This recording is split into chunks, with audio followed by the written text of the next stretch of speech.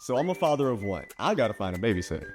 I found Care.com and I was blown away. Through the platform, I was able to find local and experienced candidates along with their reviews and rates, which were way more affordable than I anticipated. Care.com really put me at ease knowing that they were all required to go through a background check. If you're like me and you need to find someone reliable for your childcare necessities, check out Care.com. Find the ideal sitters for your childcare needs.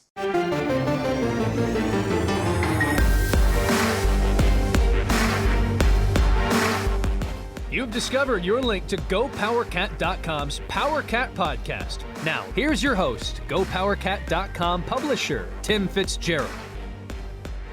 Welcome to the PowerCat Insiders podcast. I am Tim Fitzgerald, publisher at GoPowerCat.com. We're sponsored by Blue Mark Energy. No Matt Walters today, so your kids can listen to this podcast. We're joined, as always, by Jay Heydrich, and Ryan Gilbert is with us. And the better half of that Heydrich relationship, Missy Decker Heydrich, women's basketball analyst, and many other wonderful things, has joined us in Matt's stead. Matt had a family thing come up, and we will let him tend to that. I won't force him to do this. Nobody wants to be forced to do a podcast with Fitz, except apparently Blue Mark Energy. Does your company or your employer spend $4,000 or more a year on energy bills? Would you like to reduce those costs by 25% or more and maintain the same level of service and reliability? If so, it's time to speak with Blue Mark Energy. Blue Mark Energy, K-State owned and K-State proud. We get to talk about a win. This is something we literally haven't done in a couple of months. I guess the women did it recently, and we'll get to that eventually. But this has overall been a stinky basketball season for all parties involved at Kansas State. Gills, I imagine even the rec leagues were canceled. There's not even rec basketball, is there? Nope. This is a disaster. This is a disaster. However, K-State men did find a way to win on Saturday at TCU, 62-54. A nice defensive effort for the Wildcats. Only scoring 62 points and finding a way to win is very Bruce Weber, isn't it, Jay Heydrich? That is straight from the old days of Bruce's success. You got to defend them so good that 60 points is enough to get you over the hump. Yeah, kudos to them. They made plays down the stretch. They got stops down the stretch, which is something they haven't been able to do in a couple other close games this year so far. And they were able to get over the hump, against, I think, Texas Tech earlier on in the year. They had a chance to make a run in that game and pull that game out, and weren't able to get the stops they needed, weren't able to convert on the offensive possessions and the opportunities that they had. So they were able to do that this time and got a win. And anytime you get a road win in whatever in the Big 12, whether it's a pandemic year, this year, next year, last year, or whatever, it's a good win because it's tough to win on the road in the Big 12. Yeah, ironically, K-State's 2 wins this season as they're now, my gosh, this season has flown by despite the losses. I can't believe they're at 2-13 with just 2 to go.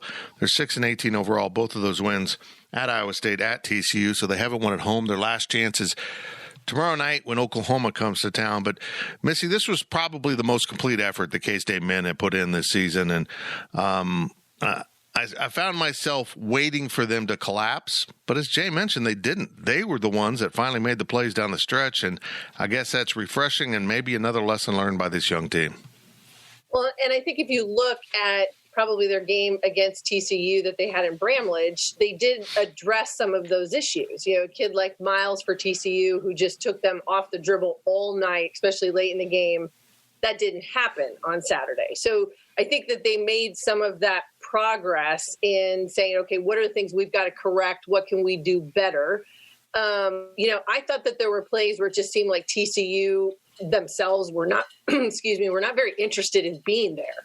I mean, they just had it. Their intensity level did not match, I thought, what K-State had. Now, not to say they didn't have some breakdowns at some point in the game, but what you like to see is that you're able to put it together, get over the hump, and do enough to get a win. And I think that's what they were finally able to do. And a few bright spots with some of, those younger kids, I think kind of establishing themselves and getting some minutes and finding some more comfort level. those are good. That's progress, and that's what you want to see out of those younger players. And Gills, Mike McGurl has really struggled at times this year, trying to do too much, and I don't blame him for that. At times, someone has to try something, and it's often Mike. But he was big down the stretch. I know Selton Miguel was also very important here, but I was struck by Mike McGurl having 4 defensive rebounds in the last 5 minutes of the game. It was almost as if he was declaring, okay, if you're going to miss a shot, we're going to end the possession. You're not getting a second chance here down the stretch. And I thought that was very mature of him to really focus and lock in on that, to terminate possessions as quickly as possible against the Frogs. And speaking of the last 5 minutes of the game, K-State held them to 0 field goals right within that stretch. So that was also key. But, yeah, I couldn't be happier for Mike. I mean, he talked this morning on the press conference, or I guess Weber talked about him. And I really hope he can come back next season because he deserves it. And I think if he really cares and he wants to win, he will come back because there's no way anyone would want to go out like this with this type of season. So, yeah, he was big, 16 big ones. And obviously, you're happy for the whole team, no doubt about that. But for Mike to get that win, he's really the season's taken a big toll on him, no doubt about that. So happy for him. I mean, he deserves it. He played his butt off. And, that technical foul that he got in the second half was probably, I know it was a double technical, but that was probably the changing point in the game right there. Once that happened, K-State, I think they went down by 2 for a minute, but then they went right back and pretty much took control of the game. Yeah, a couple things there I want to touch on with other people here. Good points, Gills. McGurl, 16 points, 9 rebounds, 5 assists. But, Jay, 4 of the 11 turnovers belong to Mike, so he continues to have problems in that department, just not taking care of the ball. But I liked that technical. There's some technicals you like, and as a former player, both of you actually, I'd love to get your opinion on that. I thought Mike was sending a clear message to his younger teammates. We're not going to put up with that. And I think that played a role in how the team finished down the stretch. As he earned the technical. I mean, he went in and bumped the guy and said, "Get out of my way," and made it very clear this was more than just picking up your teammate. Gills is right. K-State fell behind. I think it's by as much as 5, but they seemed to have more fight down the stretch than we've ever seen this year. Yeah, I thought, Mike walked a fine line with that, of coming in and making sure he was standing up for his teammate, and he got the tee, but he didn't do it in such a way that escalated it to where it was going to bring in further issues, bring guys off the bench to where, we have a bench clearing brawl, people are grabbing stools and throwing them over their head, acting like they're going to hit one another. When would that happen? Not that that's a real life scenario that would ever happen at all. And the NCAA gets involved. Sorry, I digress. I thought he walked a good line of trying to, make sure he was standing up for his teammates, but not getting it over the line as well, because that had he crossed the line, that could have been a game-changing way in another way, because I think if you get kicked out of the game for coming off the bench, you not only get kicked out of the game, but you have to miss part of the next game as well, too. I may be misremembering that rule. I mean, that's the rule. And so, and kudos to the other teammates, too, for staying on the bench and not escalating it. So, yeah, that was good. But I think the biggest difference that people are talking about in this game is a kid that we've talked a lot about on this podcast, and that's Selton Miguel. He had 9 points and 5 rebounds, and those aren't eye-popping numbers, but compared to what he's been doing in previous games, they are eye-popping numbers. And he did a lot of things, too, that I thought didn't show up on the stat sheet. He played good defense. He was it seemed like he was always around the ball. He was active.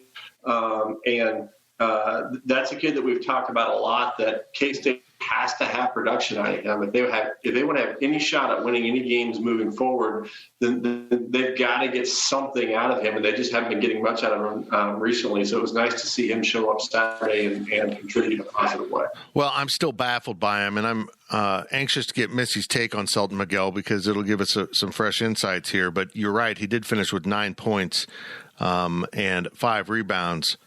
Jay, 7 points and 4 rebounds came in the final 5 minutes, meaning the first 31 minutes he played in the game, he offered almost nothing, but he seemed to come to life. Missy, I remain baffled by Selton Miguel. I think he could be the best player in this class, or he could be a guy that just never meets up to his expectations. And hopefully this flurry and how he finished and how well he defended, I should point that out. He did defend very well throughout the game. Maybe made him understand all the things you need to do as a player and put it all together into one consistent performance. I was on the call with the radio network when K-State played Colorado back in, I guess that was late November. And that was obviously very early. I mean, like second game of the season, right? And so you're going through all this and looking at all these new kids and trying to figure out, okay, who's going to be an impact player, who can be a role player, who are we going to see a lot of? And Selton Miguel just really wasn't a whole lot of the conversation. And I think what he has done is asserted himself, trying to figure out, I think you're right. I think this is a kid that has potential and is trying to figure out and harnessing that in the right way. Early on, there were games I think he was trying to do too much, and you get yourself in trouble, whether you're turning it over, you're putting yourself in a bad spot, a shot selection was real poor. I think some of those things have progressed to improve, which then gives him maybe some more confidence.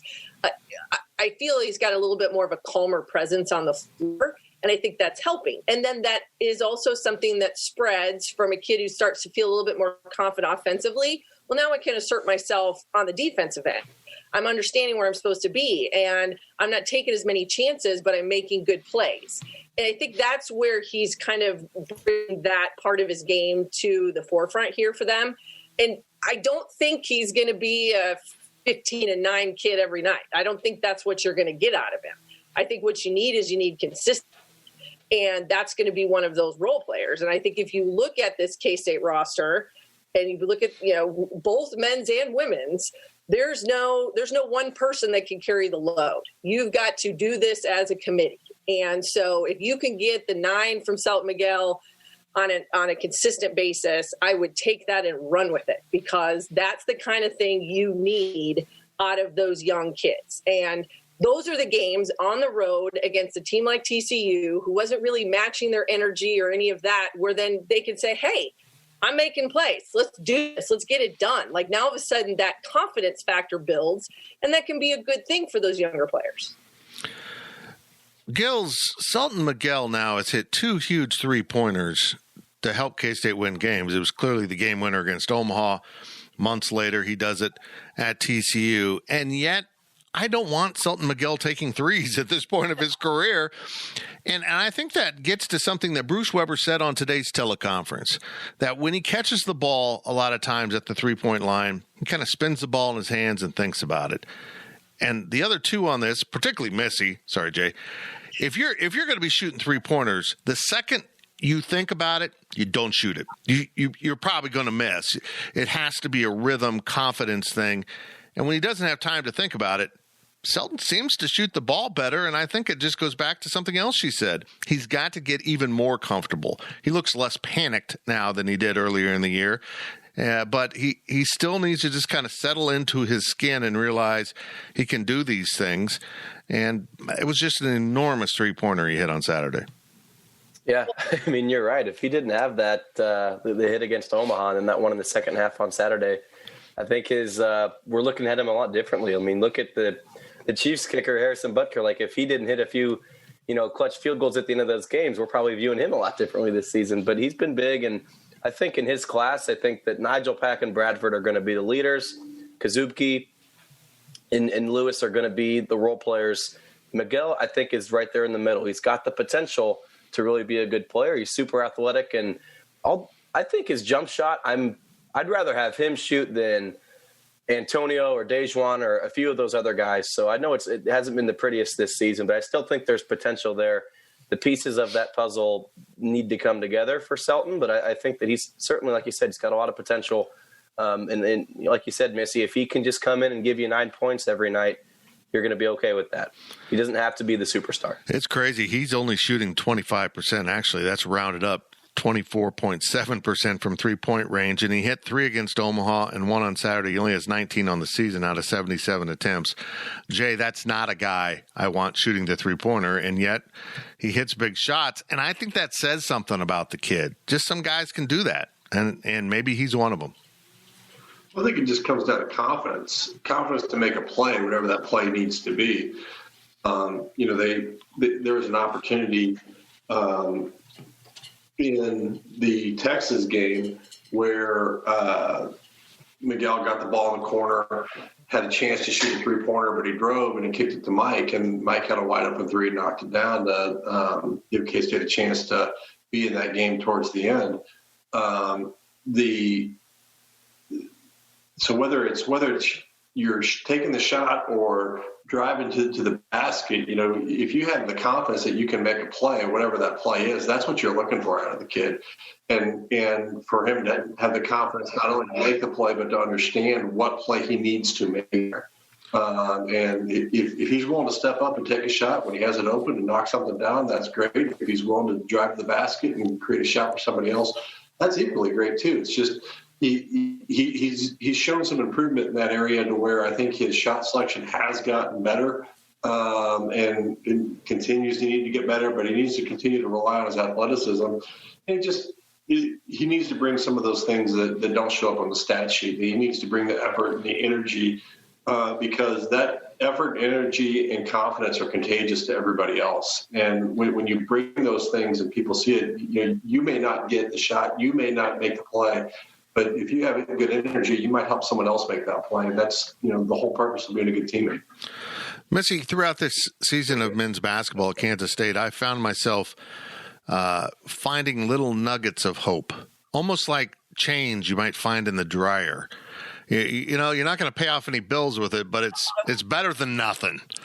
And that's kind of the way I am with this team. And one of the things I've seen really advance for this group, and I don't buy entirely into the pandemic being the cause of all these problems, but I will buy into the fact that not knowing defensive rotations and those type of things were probably damaged by a lack of practice, a lack of time together, a lack of having enough bodies. And I finally feel like this team's getting it. I'm starting to see those Bruce Weber rotations where the guys slide in and out of help, and they look so much better on Saturday.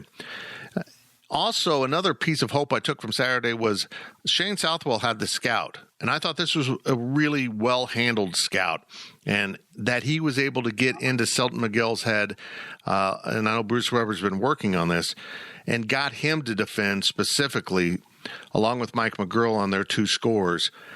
So I just think the defense for Kansas State is light years ahead of where it was just a month ago, and I find that at least somewhat encouraging.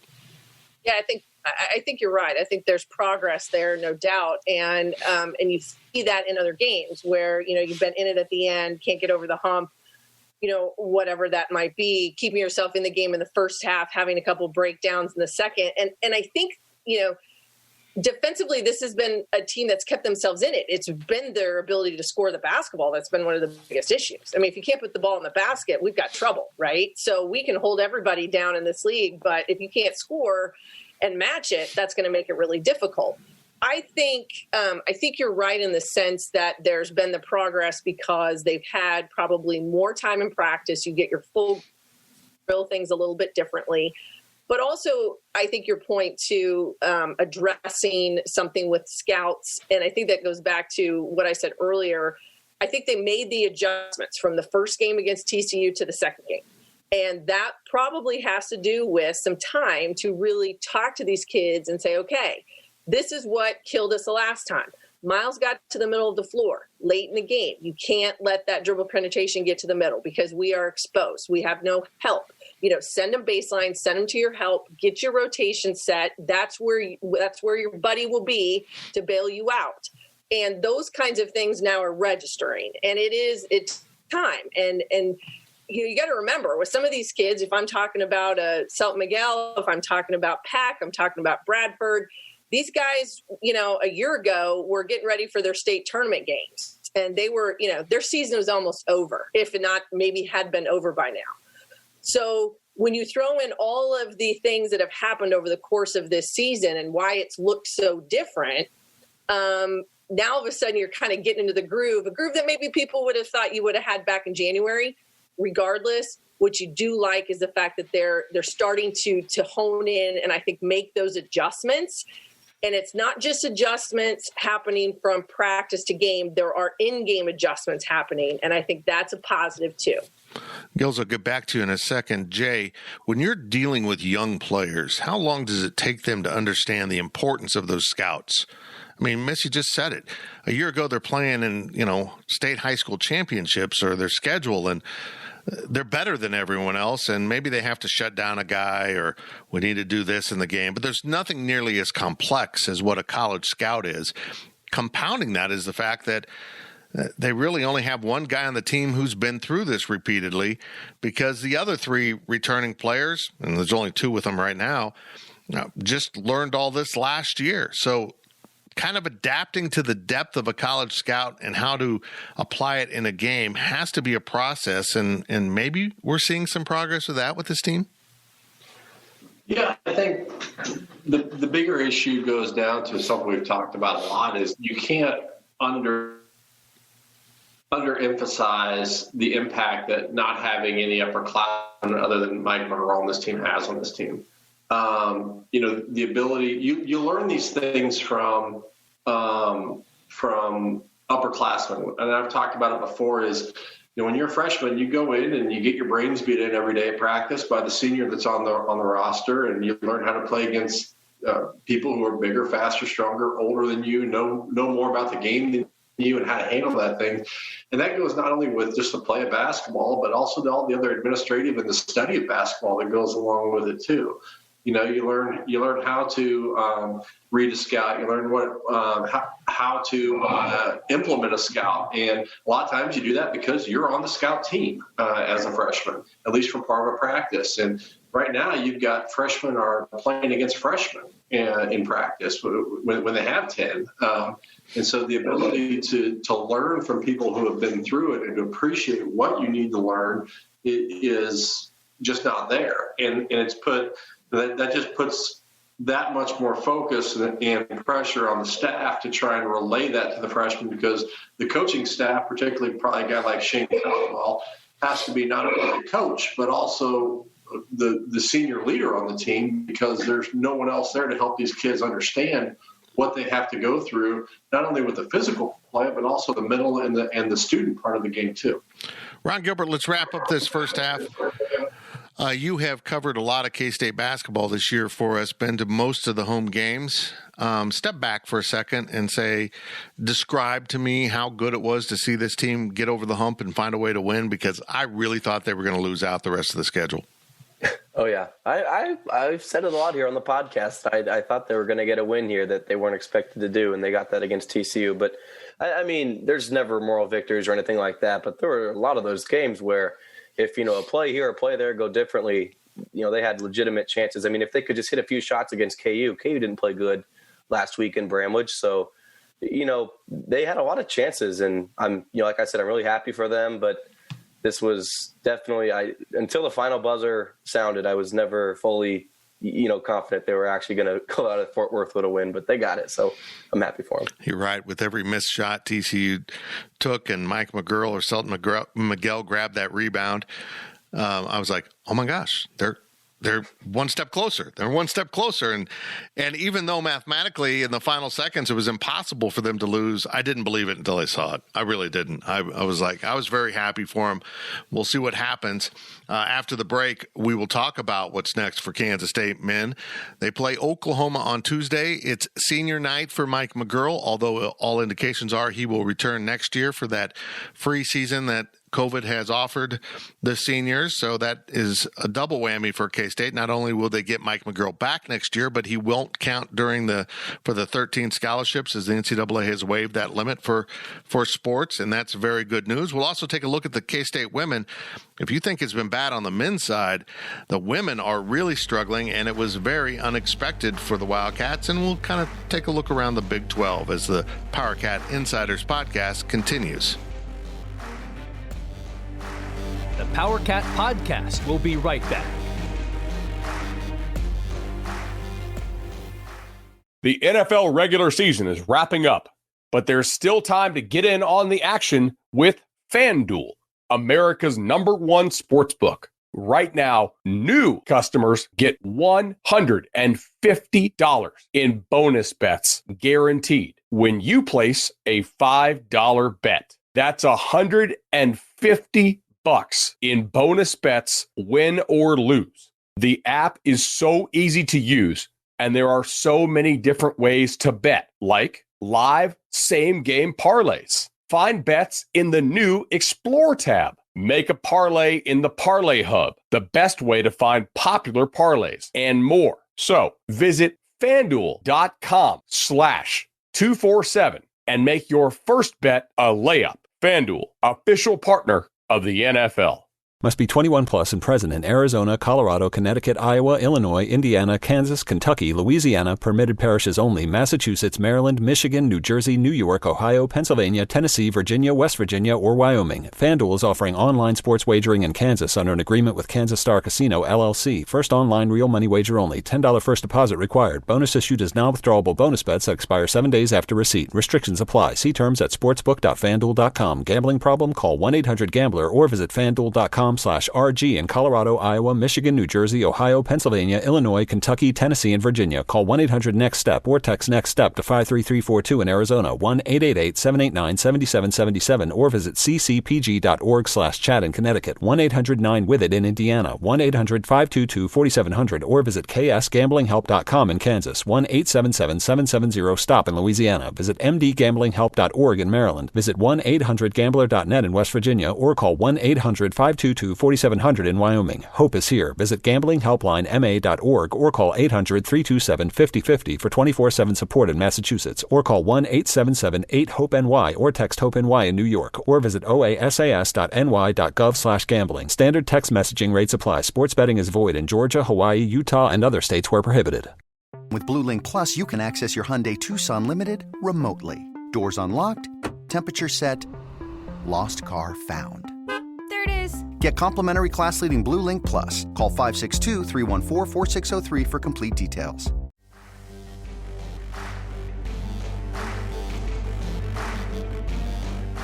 We now send it back to the PowerCat Podcast.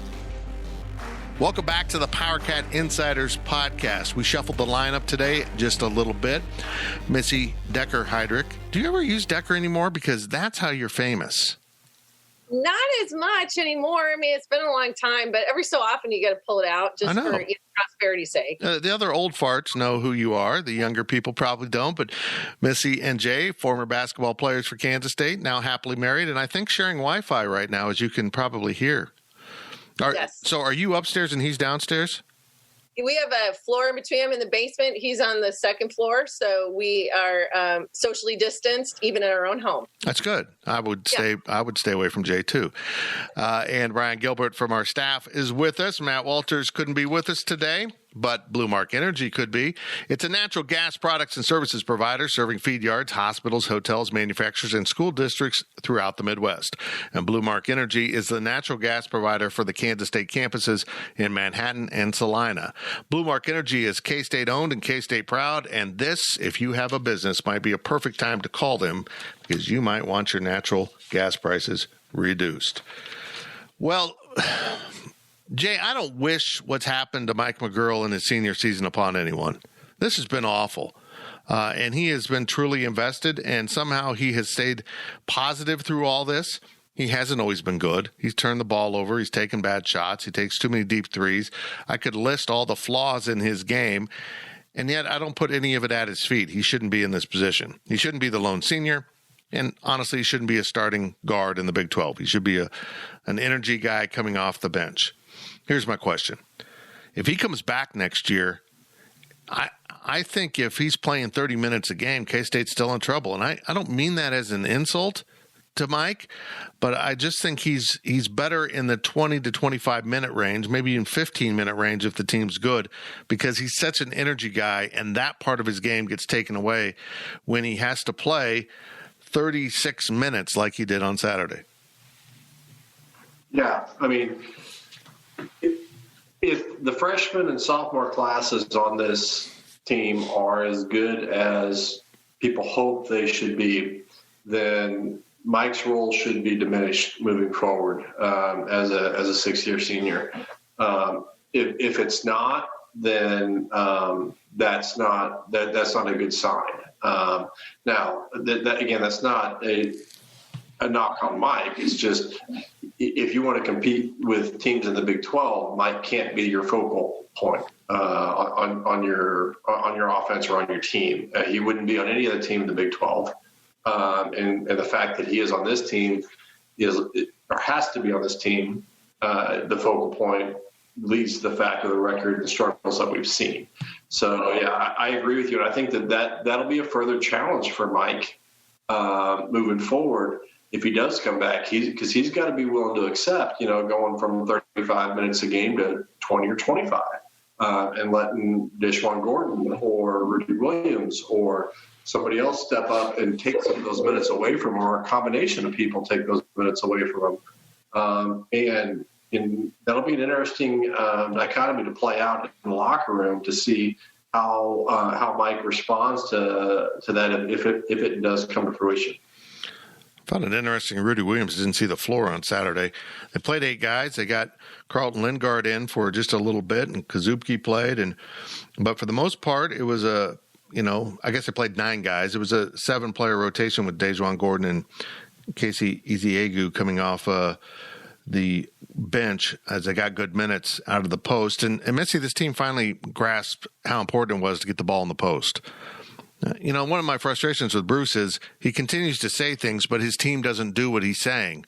He'll say it in a pregame press conference the day before the game, and then he'll say it after the game that they need to do this and they didn't do that.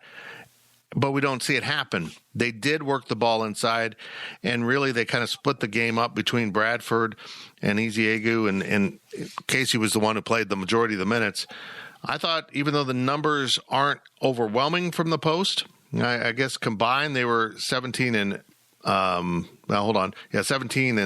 6 rebounds, but still they were pretty good in the post, and that's something K-State really hasn't had. And I've been banging my head against the wall wondering why they don't get inside out as much as they do. They need to. Well, you have to have a post presence. I mean, especially in this league, when you look at, where they are in terms of their guard play and where they have been so inconsistent. You got to have a post presence. You got to be able to inside out. You got to be able to open up the ability for your perimeter game to even give you some open shots. And we can talk at nauseum, and I'm sure you guys have over the course of the past few weeks about how many games they've shot, bajillion threes, and it's just been horrible because their ball doesn't go inside. Some of that is accountability. You've got to hold these guards and these wing players accountable for not putting the ball inside. They've got to be better post passers. So this becomes this is kind of a 2-pronged thing. I not only have to have guys in the post that can catch and finish, or catch and get fouled and get to the line, but I also have to have people that can actually get it there. So what's your passing angle? Where's the ball rotation?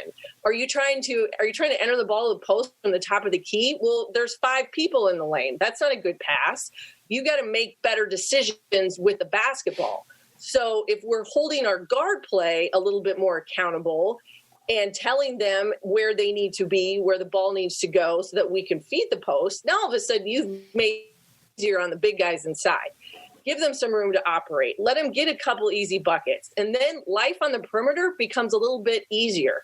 As a former perimeter player, I can tell you, get yourself some stuff inside, and then everybody wants to focus. They turn their head. Now all of a sudden it's a double team. The rotation's laid on help side. And, oh, hey, look, I'm open in the corner. Like that will happen. But you've got to do the other things first. It's a progression. Absolutely. Gills, as I look through the stats, everything on this stat sheet looks different. They only had 11 turnovers Saturday. As I mentioned, Mike McGrill had 4 of them. Nigel Pack, 5 assists, 1 turnover in 39 minutes for a freshman point guard. That's fabulous. He was still only 4 of 15 from the field. His shooting woes have really settled in now. They out-rebounded TCU 38-32. Most importantly, as I mentioned in the first half, their defense was so much better. TCU shot 32% from the field and only 22% from three-point range. The only thing that kept TCU in the game was they're the worst free throw shooting team in the Big 12, and yet they hit 20 out of 23. And that just seemed like a very K-State way to lose, do everything right, and then lose to the worst free throw shooting team. But they kind of snapped it all in place. And can they translate that on Tuesday at Bramlage Coliseum against a better Oklahoma team? Well, another important stat real quick, K-State only shot 14 threes, which is a really good number when you kind of think about what they've done earlier in the season. But, Oklahoma's playing really good. When they went small, that's really helped out that team. Lon Kruger's done a great job. Elijah Harkless has been big for them.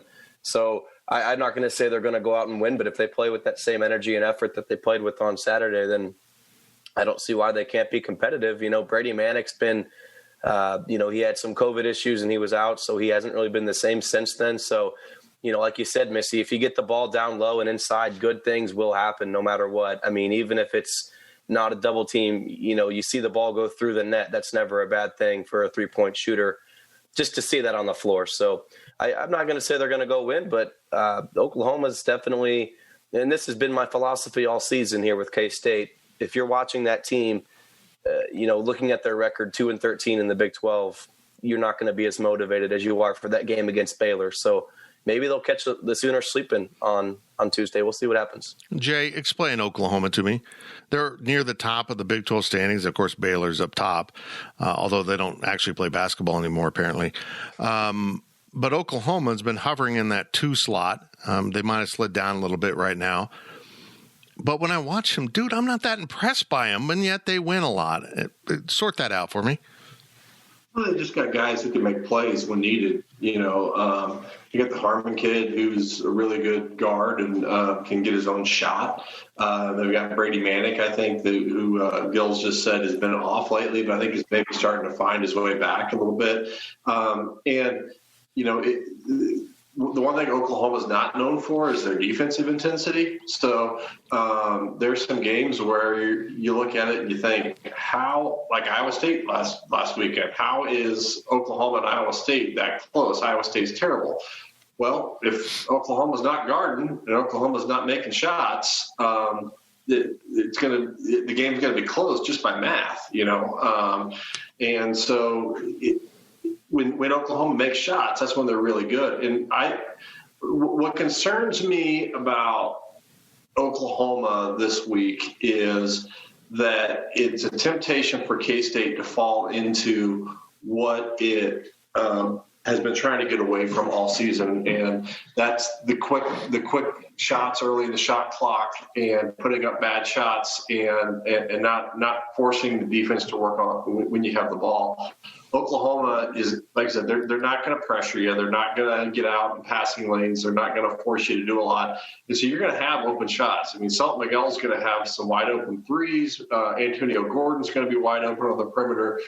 The question is, do we have the discipline to be able to hold back from taking that shot in order to get a better one? And I think that's where K-State has improved more from earlier in the year, is that they've been not taking the first shot that's available. They've been trying to find the best shot available, and that hasn't been the case all the time, but it's gotten better. And so the problem is the way Oklahoma plays and the way Oklahoma guards is it could lure K-State into falling into that trap of just putting the first shot up that they get because they're going to be so open.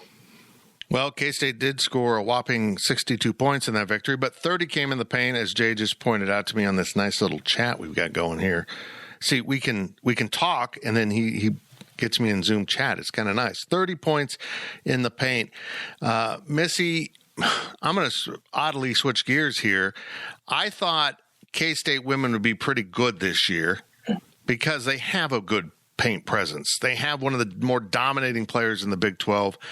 They beat KU, a weekend ago for their first win of the Big 12 schedule, and now they've lost back-to-back games and not even scoring 50 points. What has happened to the women's basketball program this year? Well, I think that's a big can that you just pop the top off of there, my friend. I'm going to go grab a snack. I'll see you in 15 minutes. Okay. No, I think, well, first off, this is a group, they were picked 4th. They were picked fourth in this league in the preseason poll, and then currently sitting out 1-12, 6-14. If you go back to the very beginning of the season, before any game was played, non-con or what have you, it was one of the questions I actually posed to Jeff Mittie was I said, what do you think about this league and where – over the course of the Big 12 and women's basketball, same thing on the men's side. You get that evolution. One year it's really guard heavy and others it's real balanced. Or then there's the big post season, what have you. And he goes, this is the type of season where this is a post year. There is a lot of talented athletic post players in the Big 12 and women's basketball. And when you've got a redshirt sophomore, Ioka Lee, and you have that presence, it's huge. I think, we can dive into a lot of the scenarios that have plagued this group. And it has been the same things, I think, probably that you guys talked about with men's basketball in terms of COVID and certain scenarios and the fact that, they did have a 30-day window there where there was no play, no practice. And that's a huge factor. And I would use that term, and I would say that's something that I stick to, is I view it as a factor. It's not an excuse. And so you got to be able to build based upon the factors that you are upon. Just as the men have been able to shut people down and defend, that's what the women have been able to do. They've been able to defend. And that's kind of been Jeff Mittie's MO, is we can shut people down. We've got to find a way to put the ball in the basket, and that just hasn't happened. My biggest, I think, probably explanation is I would look at this from the roster top to bottom. And you have to look at it and just say there's some holes there. And there is not a lot of depth. And whether that's injury, whether that's opt-out, whether that's COVID, however that plays, this is a roster that's a little bit upside down. And there's just not a lot of depth. And women's basketball is probably been a little bit different than the men's game in terms of the portal, in terms of the transfer portal and what that has looked like, right? I think you have seen more impact players bouncing out of women's basketball in that grad transfer portal or what have you, maybe more than men's over the last couple seasons. Now, in this new environment where everything goes, it's going to be very different. Over the past couple of years, Jeff has had good luck in the portal. A player like a Megan Dynas or Karila Middlebrook or Angela Harris last year. Those were experienced, talented guards that were bringing some scoring power. They were bringing some energy. They were bringing a lot with them to the floor. They were going to be impact players. Sydney Goodson came from Texas Tech as a grad transfer this year. But she's probably just not as an impact player. She's more of a role player. But I don't know how that was really going to take the roster to the next level.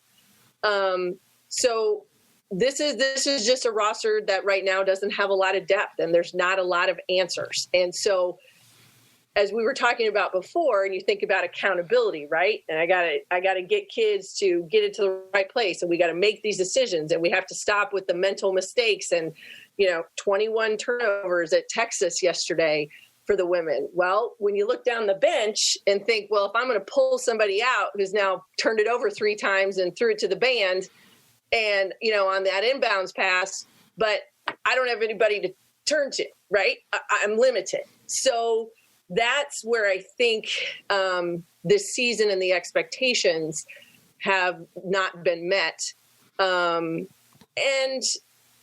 I think there's also been a lack of being able to compete and close things out. I think that's also been a struggle. Play 35 minutes, great. Last 5, not so great. You fold on the road at Texas Tech where you got a lead and they put some pressure on you, and next thing you know, you're in overtime and you lose by 10. Those are the kind of things that just, whether that's experience, whether lack of experience, whether it's just an inability to be able to have the right players on the floor that can make the plays, but you just have to be able to have the right players, and then you got to figure out who you are. Gil, she brought up the portal. We know that Kansas State men are going to have guys hit the portal. That's just inevitable. That's just Folks, right now, that isn't a Bruce Weber thing. That's a college athletics thing. But he has had a lot of players leave the program. It's inevitable someone leaves. What's key here is who leaves. But if you could go choose one more piece to add to this team through the portal, what type of player would Coach Ryan Gilbert – oh, God, that sounds horrible – would Coach Ryan Gilbert add to his K-State men's roster? I think you just need someone that can score. Someone that can shoot the ball and get it through the net is really what you need as a sharpshooter, you know. I mean, Pat can do that, but he's also trying to facilitate the floor and get other guys looks. So, you know, somebody that can shoot and score the ball would be my biggest key, because you already got Bradford and Eziegu who are looking really good down low. And like I said, Pac's a good point guard. So someone that can complement those two positions, I think, is what you got to get, a nice wing. Yeah, I would probably agree with that, Jay. And that's really the issue with this team. And Missy brought it up with the women's team. It turns out if you can't shoot the ball and put the ball through the basket, you're not a very good basketball team. I know that's really in-depth analysis by me, Tim Fitzgerald, but that's really kind of covers a lot of the problems with both the men and women. Can't score, it's hard to win. And maybe going to find one more guy that can score and take some pressure off the other guys might be really beneficial to this program. But Bruce Weber hasn't had much success going into the portal. He's contributed a lot to the portal, but not really taken that much out of the portal. Yeah, I think it's not only hard to win when you don't score, but when you look at it from a fan perspective, it's just brutal to watch. It's horrible. You know, and it doesn't, even if you're winning, it's just not exciting basketball to watch and tune in for. And when you have to grind on every possession, and you know, it's just hard. I would go get a combo guard personally. One of the things that we've been doing a lot is, if you notice, we've been playing Nigel off the ball more, which is great because it frees him up, gets the ball out of his hand, lets him run off some screens, and lets him become a more focal part of the offense in that way. But then they've also been playing Selton at the point. And, you know, that we've talked, you know, today and other times about Selton's lack of production. That may be part of the problem, is that Selton's running the point. He's not really a point guard. And so if they're going to run Pack off the ball and try to involve him in the offense that way, they need another combo guard to step up, whether that be Rudy Williams from the current roster or go get somebody else. But you know, to get that 1-2 backcourt punch to where you have Nigel, another combo guard, then let Selton play what was probably his natural position at the 3. And then maybe have a stretch 4 with Antonio and let Bradford and Eziegu play on the interior. I think it's a pretty decent lineup there. It could be anyway. But they've got to find someone to fill some holes and someone that can go get a bucket. Because for 9 years we've had problems with extended droughts of 2, 3, 4, 5 minutes with no or one field goal. And if you can't scheme your way into getting a basket, you've got to have people who can go get you a basket. And it's just tough to win games when you have those long droughts that often. Yeah, I would agree.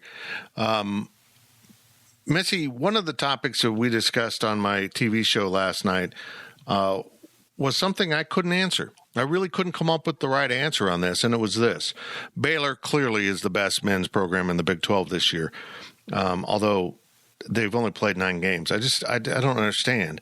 It's like they're trying to be Ohio State of the football season by not playing and then backing into the postseason. But there's such a pileup behind them. Kansas now is suddenly playing better, in part because they played Iowa State twice and K-State once in the last 2 weeks. West Virginia is picking up some steam. Texas seems to be cooling off right now. That would have been my answer for the second best team, but now all of a sudden they seem to be fraying a little bit, including it looks like some internal issues as players were bickering on Saturday. Texas Tech has faltered a little bit. Who is the second best team in this conference, and is the conference really that good? I'm not sure that the conference is as good as we thought. I think that's a hard question. And I think it goes back to probably the philosophy that we've all had about the Big 12 for, 25 years, or I guess when we finally went to 10, whenever that was.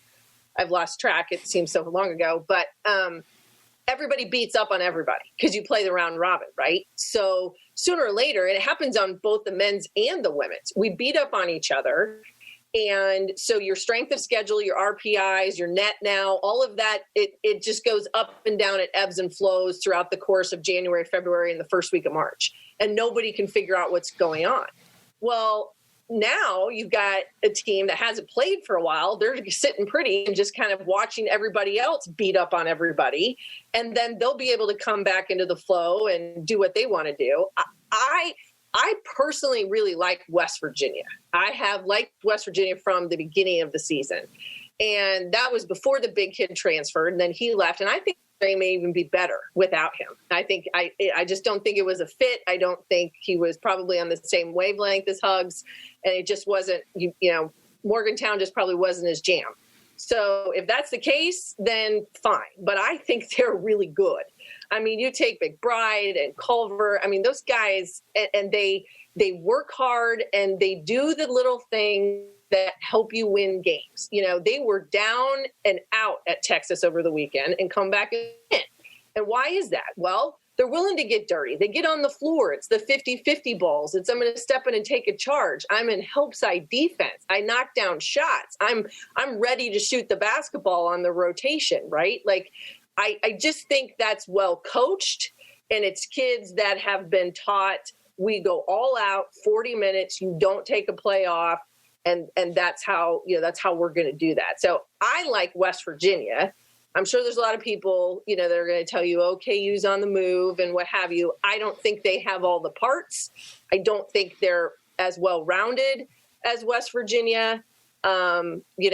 And I think Texas and Texas Tech are waffling because they can't put it together consistently.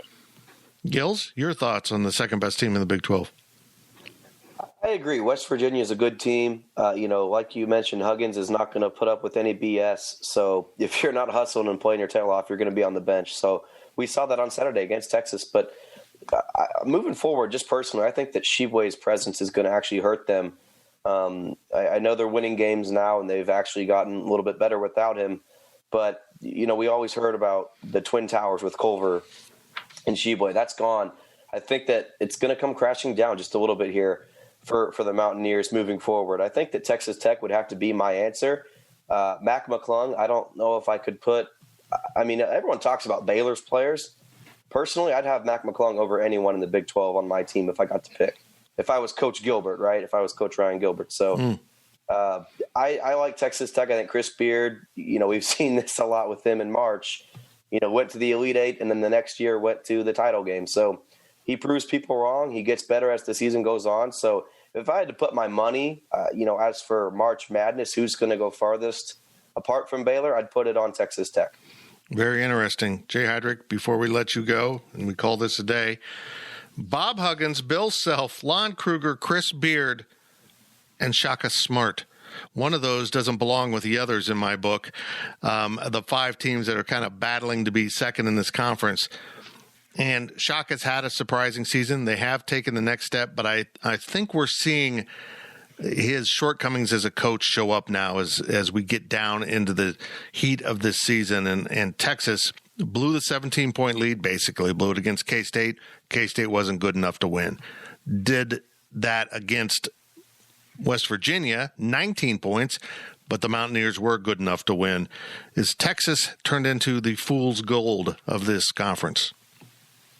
I think what it shows is what has been probably huge criticism on of Shaka's team since he's been at Texas, and that's just a lack of discipline. When you get up 19 points, you don't want to necessarily take the foot off the gas and get into a passive mode, but at the same time, too, you don't want to just come down and pull up three-pointers, which is what Texas does a lot, and that's what allowed K-State to get back in the game against them. Texas was up big, and they got away. They stopped making some shots, and they've got probably the best big man in the league in Jericho Sims. who can just be a dominant force. I think he's underutilized. I think he's underappreciated. And when you give teams, when you come down and you shoot horrible shots and they're not going in, that's the effect of a turnover. And in many ways, it's worse than a turnover because a long shot's going to have a long rebound. That can initiate a fast break, easy points for the other side. Going to West Virginia, one of the things, this is why I just greatly respect Bob Huggins.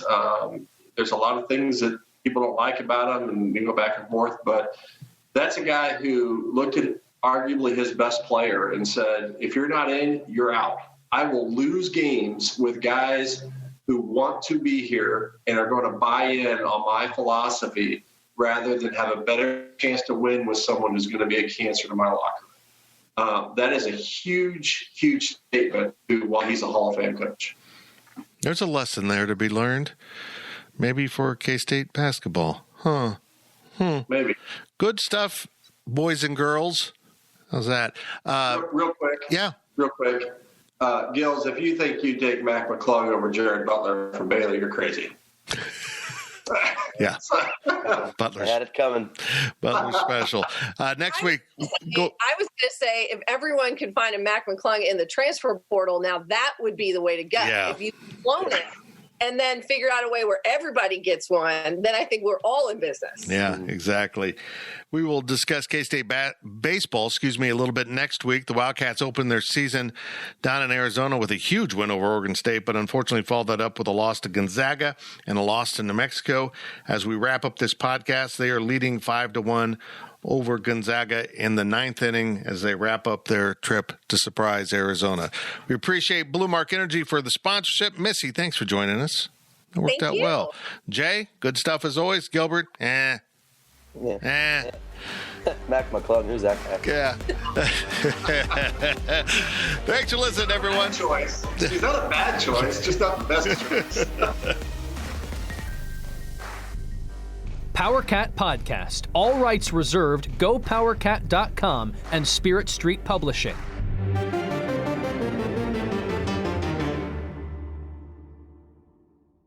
Ready? Go. Mission Impossible Dead Reckoning is coming to Paramount Plus. Hang on! It's off-the-charts spectacular. Go, go, go! Tom Cruise has outdone himself. The world's coming after you. Stay out of my way. Prepare for one of the best action movies ever made. This is getting exciting. Mission Impossible Dead Reckoning. Streaming January 25th on Paramount Plus. Rated PG-13. Some material may be inappropriate for children under 13.